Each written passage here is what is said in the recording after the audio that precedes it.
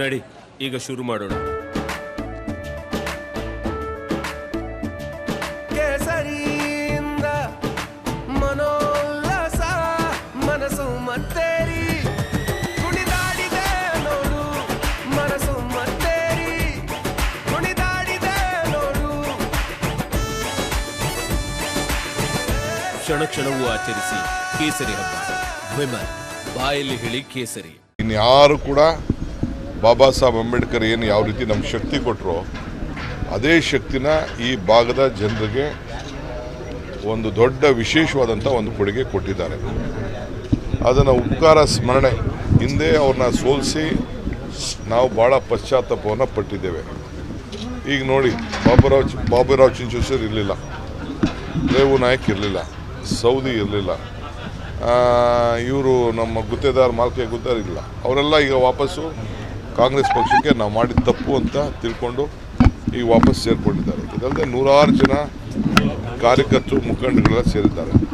ಇದಲ್ಲದೆ 93% ನಮ್ಮ ಜನರಿಗೆ ಗ್ಯಾರಂಟಿ ತಲುಪಿದೆ.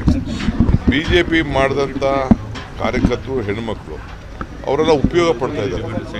ನಮಗೆ ಬರೀ ಚೊಂಬು ಕೊಟ್ಬಿಟ್ರು BJPಯವರು. ಕಾಂಗ್ರೆಸ್ ಅವರು ಅಟ್ಲೀಸ್ಟ್ ನಮ್ಮ ಹೊಟ್ಟೆ ತುಂಬಂಗೆ ಮಾಡ್ತಾ ಇದ್ದಾರೆ. ಸಾಲ ಇಲ್ಲ, ನಮಗೆ ದಿನ ಕಷ್ಟನೋ ಸುಖನೋ ಜೀವನನ ಯಾವ ತೊಂದರೆ ಇಲ್ಲ ನಡೆಸ್ತಾ ಇದ್ದೀವಿ. ನಮ್ಮ ಮಕ್ಕಳು ವಿದ್ಯಾಭ್ಯಾಸ ಕೊಡಿಸ್ತಾ ಇದ್ದೀವಿ, ಸಂಸಾರ ನಡೆಸ್ತಾ ಇದ್ದೀವಿ ಅನ್ನೋದು ಎಲ್ಲರೂ ಕೂಡ ಮನವರಿಕೆ ಆಗಿದೆ. ಭಾಳ ಉತ್ಸಾಹ ಇದೆ. ಆಮೇಲೆ ನಮ್ಮ MLA ಕ್ಯಾಂಡಿಡೇಟ್ ಕೂಡ ಒಂದು 50,000 ಓಟಲ್ಲಿ ಹೇಳ್ತಾರೆ. ಅವರು MLA ಅವರು ಹೇಳ್ಬಿಟ್ಟಿದ್ರಂತೆ, ಮಾಜಿ MLA ಅವರು, ನಾನು ಇರೋದಿಲ್ಲ 2 ವರ್ಷ ನನ್ನ ಹತ್ರಕ್ಕೆ ಬರಬೇಡಿ ಅಂತ.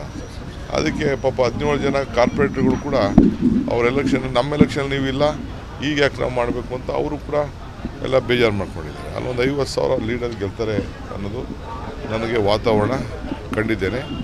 ಸೊ ಯಾದಗಿರಿ, ಗುಲ್ಬರ್ಗ, ರಾಯಚೂರು, ಬಳ್ಳಾರಿ ಈ ಕಡೆಲ್ಲ ಏನು ಪ್ರವಾಸ ಮಾಡಿದ್ದೀವಿ, ನಿಜವಾಗ್ಲೂ ಭಾಳ ದೊಡ್ಡ ಶಕ್ತಿ ನನಗೆ ಬಂದಿದೆ. 5 ಸೀಟು ಕಲ್ಯಾಣ ಕರ್ನಾಟಕದಲ್ಲಿ ಗೆಲ್ತೀವಿ.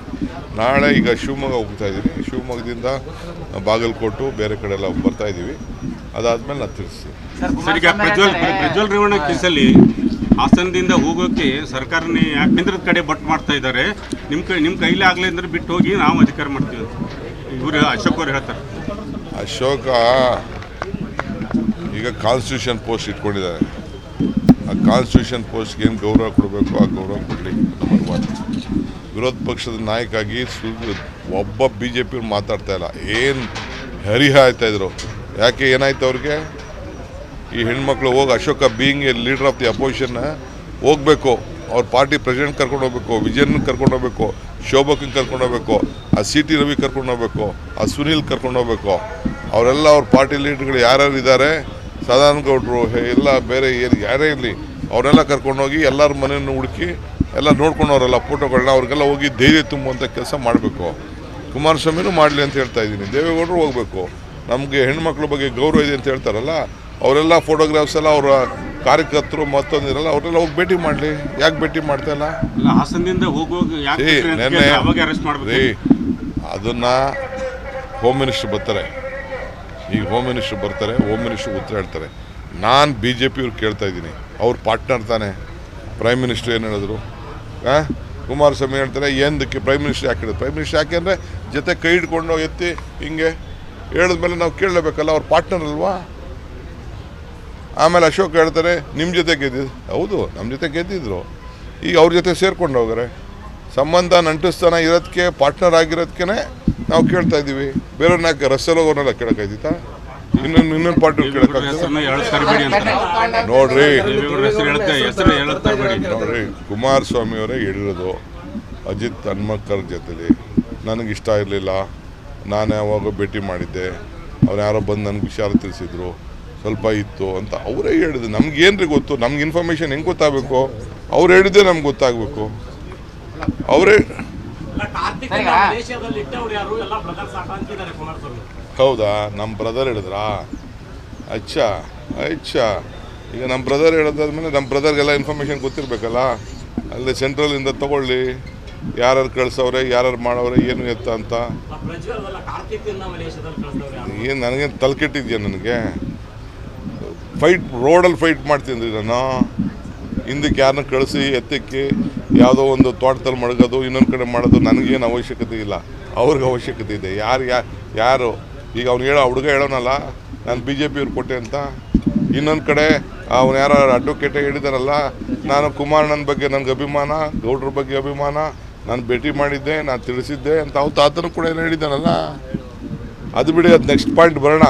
ಅದೆಲ್ಲ ಈಗ ನಾನು ಬಿಡಿ, ಈಗ ಯಾರು ರಿಲೀಸ್ ಮಾಡಿದ್ರು ಬಿಟ್ಟರು ಅಂತ ಅದು ನೆಕ್ಸ್ಟ್ ಒಂದು ಪ್ರಶ್ನೆ ಮಾಡೋಣ, ಒಂದು ಚರ್ಚೆ ಮಾಡೋಣ. ಅದಕ್ಕೆ ಈಗ ಡಿವೇಟ್ ಮಾಡೋದು ಬೇಡ, ಚರ್ಚೆ ಮಾಡೋಣ.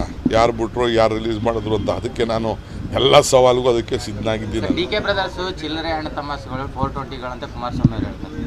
ನೋಡ್ಯಾ, ನೀನು ಏನೇನೋ ಹೇಳ್ಬೇಡ. ಅವ್ನು 420 ಅಂತ ನನಗೆ ಹೇಳಿದ್ರೆ ನೀನು ತೋರಿಸು, ಆಮೇಲೆ ನಾನು ಏನು ಮಾತಾಡ್ತೀನಿ ಅಂತ ಆಮೇಲೆ ಹೇಳ್ತೀನಿ ನಾನು. ನೀನು ಏನೋ ಇಡಿಯಟ್, ನೀನು ಎಲ್ಲ ಹೇಳ್ಬಿಟ್ಟಿದ್ದಾನೆ 420 ಅಂತ. ಸುಮ್ಮನೆ ಹೇಳ್ಬೇಡ ನೀನು 420 ಅಂತ ಕಾಣ್ತದೆ, ಸುಳ್ಳು ಹೇಳ್ತಾ ಇರೋ ನೀನು. ಅವನಿಗೂ ಪ್ರಜ್ಞೆ ಇದೆ ಕುಮಾರಸ್ವಾಮಿಗೆ, ಏಕವಚನಲ್ಲಿ ಮಾತಾಡ್ಬೋದು, ವಯಸ್ಸು ಚಿಕ್ಕು, ಅದೆಲ್ಲ ಮಾಡ್ಬೋದು. 420 ಅಂತ ಹೇಳೋಷ್ಟು ಅವ್ನಿಗೆ ಅಷ್ಟು ಮೂರ್ಖ ಅಲ್ಲ. ಸುಮ್ಮನೆ ಮೀಡಿಯಾವರೆಲ್ಲ ನೀ ಎಲ್ಲ ಅನ್ನೆಸೆಸರಿ ಮಿಸ್ಗೈಡ್ ಮಾಡ್ತಾ ಇದೆಯಾ. ಎಲ್ಲ ಹೇಳ್ಬಿಡ್ತಾನೆ 420 ಅಂತ. ನನಗೆ ಗೊತ್ತಿಲ್ಲಪ್ಪ, ಹೋಮ್ ಮಿನಿಸ್ಟರ್ ಬರ್ತಾರೆ ಹೇಳು. ಈ ಥರ ಎಲ್ಲ ಪ್ರೆಸ್ ಅವರೆಲ್ಲ ಮಿಸ್ಗೈಡ್ ಮಾಡಿ ಏನೇನೋ ಸುಳ್ಳುಗಳೆಲ್ಲ ಹೇಳ್ಬಿಟ್ಟು ಎಲ್ಲ ಒಬ್ರಿಗೊಬ್ರಿಗೆ ತಂದಿಕ್ಕಕ್ಕೆ ಮನಹಾಳು ಮಾಡೋ ಕೆಲಸಕ್ಕೆ ನೀವು ಹೋಗಬೇಡ ನೀನು.